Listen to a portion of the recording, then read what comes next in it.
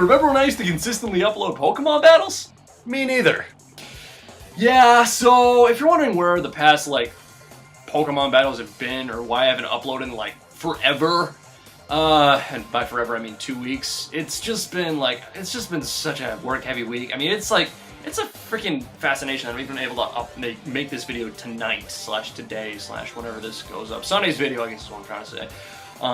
Because I got 2 papers, a bunch of reading and busy work for, one of my television, film, radio classes, and then I actually have a film project that I'm going to be working on for a little bit this week, so that's going to be all sorts of fun, all excitement. And yeah, also, it's kind of been a tech testing kind of week too as well, because I've been working with this little thingamajigger right here, my capture card. I just picked one up this past week, or 2 weeks ago, from my friend, and I got it for 25 bucks, so I got a really good deal off of it. And I also uploaded a quality test for with Marvel vs. Capcom 3. You can click right up here if you want to in the annotation above. But yeah, that's pretty much one of the many reasons as to why I haven't really uploaded pokes lately. Also, I've just not really been interested in doing Pokemon battles for a while. I don't know what it is. I mean, maybe I'll regain my passion and love for it once Black and White 2 comes out, which, how many weeks is that? Is that 3 weeks, I think? Maybe, sort of. I don't know. Somewhere along those lines. But in any case, how's it going here, everybody? I've got Sunday's upload. Yeah, that's right. Sunday's upload going for you all against this guy I found in the Pokemon Showdown by the name of Ben Gay. And I'm just going to get the team preview up and going right about now. And yeah. So pretty much it's a UU match here. I wanted to test out a Moxie Cross because I've actually yet to use one in UU, and from what I've heard, it's just an absolute menace. So I just thought I'd give it a whirl, and eventually this team kind of turned into a combination of using both Moxie Cross and Moxie Crow. Because I've also actually never really gotten a chance to use Haunch Crow in UU too much. And let me tell you, that thing puts in work if you're able to build the right team support. So I really like that. But then pretty much it's just standard guys throughout the rest of the team. It's like Chandelure, Blastoise, Roserade Core, and then a special defensive Registeel just to take hits and set up rocks and T-Wave things. But looking at his team, it's looking like he's kind of running a little bit of the same. The only difference is that he's running Bronzong over Registeel, and it's looking to be Lantern over Roserade possibly, so that's interesting. So it's kind of funny how we're both running the same thing. But looking at the threats, though, the main thing I'm concerned about of taking down is probably going to be his 2 Moxie Sweepers and the Bronzong and the Lantern and the Chandelure. Literally everything except Blastoise, which is still going to be a pain in the arse because it's going to be rapid spinning my hazards away with that are coming from Roserade and Registeel. So literally everything is just going to be a big hassle to deal with. But it turns out to be a really fun game because I actually threat a lot of his guys as well. Because it's weird to think, but we're both huge threats to our team, but we're also really threatening to our teams, if you know what I mean. But yeah, but I guess that's kind of enough rambling out of me. If you haven't figured it out already, I'm very rusty at these team previews, and we'll see how the narration goes. But without further ado, I'm just going to jump ahead now and cut to the battle. So, yeah! Alright, so both of us lead off with our Chandelures here because I was predicting him to switch out into his lead off with his Bronzong, but because I don't want to risk the speed ties, and by any means, I'm just going to switch into my Haunch Crow. He does the exact same thing and brings in his Lantern here because I don't want to be taking any electric type moves from this thing. I'm just going to bring in Roserade here, take the Volt Switch like a champ. Unfortunately, that does grant him an easy opportunity to bring in his Haunch Crow and scare me out with the potential Brave Bird. So I'm just going to bring in my Registeel here, predict that obvious Brave Bird from a mile away. And this turn I'm thinking he might be able, if he does happen to be a superpower, I feel like I can actually take at least one and then launch back with a Thunder Wave just as long as he doesn't get a crit, which thankfully he doesn't, so I actually do live on 5%, and I'm just going to land off that T-Wave right now. Because that thing is crippled immensely by having its speed quartered and having -1 in both defense and attack, it's really, he just sees it as less of a threat. I don't know. Anyways, I guess he didn't want to risk the paralysis. But in any case, I set up my rocks now as he switched out into his Lantern and then Volt Switched out, which still didn't do jack squat to me. So I just Seismic Toss now as he switches out into his Blastoise right here. And because I just want to get some solid damage on this thing, I'm just going to switch in my Roserade. I probably should have seen the Rapid Spin coming a mile away and then just got for another S-Toss on there. But whatever. What can you do when you live in a shoe and you ain't got no soul? Anyways, though, I'm going to switch out and bring my Heracross here on the predicted switch into either Bronzong or something to take that obvious grass type move, so I'm just going to bring my Heracross here, go for the Mega Horn, and unfortunately he does have to bring a Chandelure here to take that like a champ, so because I don't want anything else on my team to really be taking a hard-hitting special attack, and because Registeel has low health, I'm just going to bring him for Death Fodder. Anyways, Haunch Crow comes in, easily decimates that Chandelure with the Pursuit, and just oh my god, does so much damage. Oh man, you'll learn that Honchkrow is probably the MVP of this match. Anyways though, Heracross comes in, I switch into Blastoise, protecting the obvious Stone Edge here. Then I'm going to slap a Toxic on whatever he decides to switch into, which does happen to be his Lantern right here. And now this turn, I thought he might have wanted to go for the Volt Switch. I thought I might have been able to take it or something along those lines. I'm not entirely certain, but unfortunately he does just go straight for that Heal Bell right there.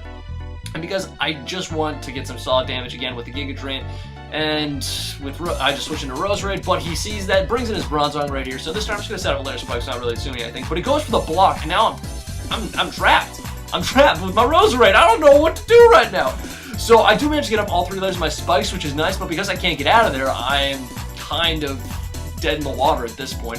So what I'm thinking I'm actually going to try and do this turn is this, or the next few turns is this. I'm actually going to try and stall him out of Gyro Balls by combining both recovery from Black Sludge, Giga Drain, and Rest, because I think I might actually be able to eliminate as many Gyro Balls from this thing. So I'm going to rest up this turn. However, unfortunately, he does land the crit right there, which does suck.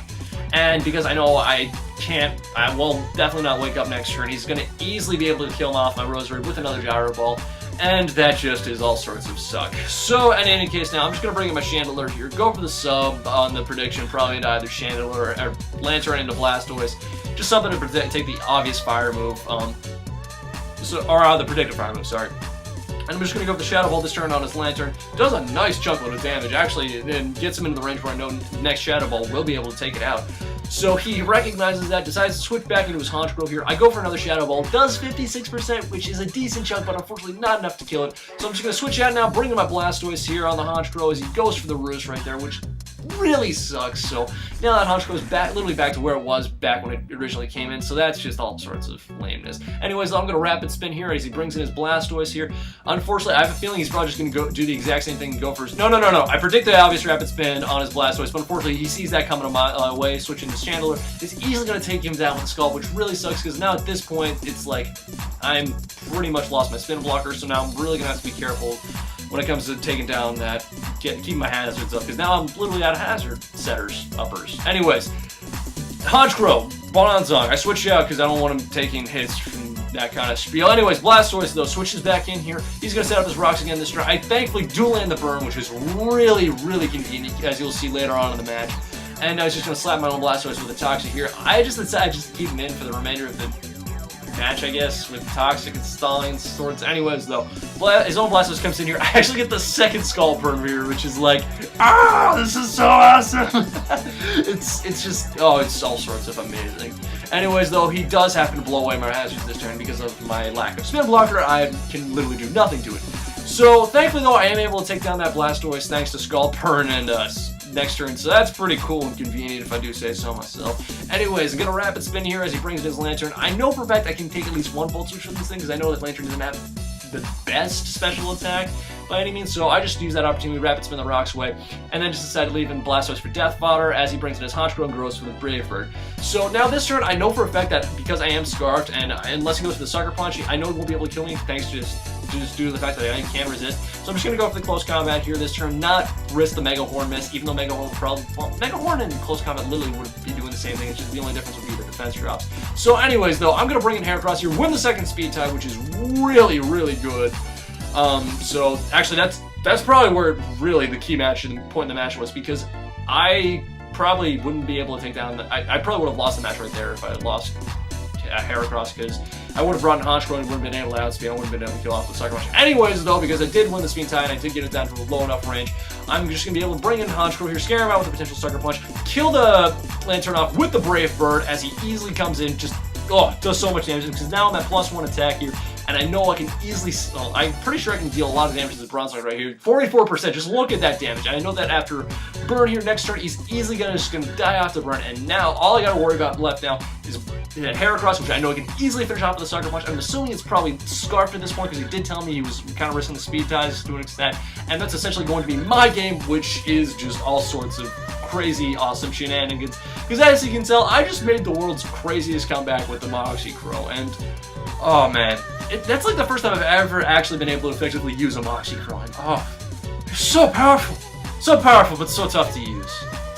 It's like Strider in Marvel vs. Capcom 3. Yeah, exactly like Strider. But in any case, guys, if you enjoy my content and you want to see more of my material, you can always rate, comment, subscribe, and yeah, this is essentially Infinite Trials. You're saying peace out, show, and have a good one. And my day's gonna suck.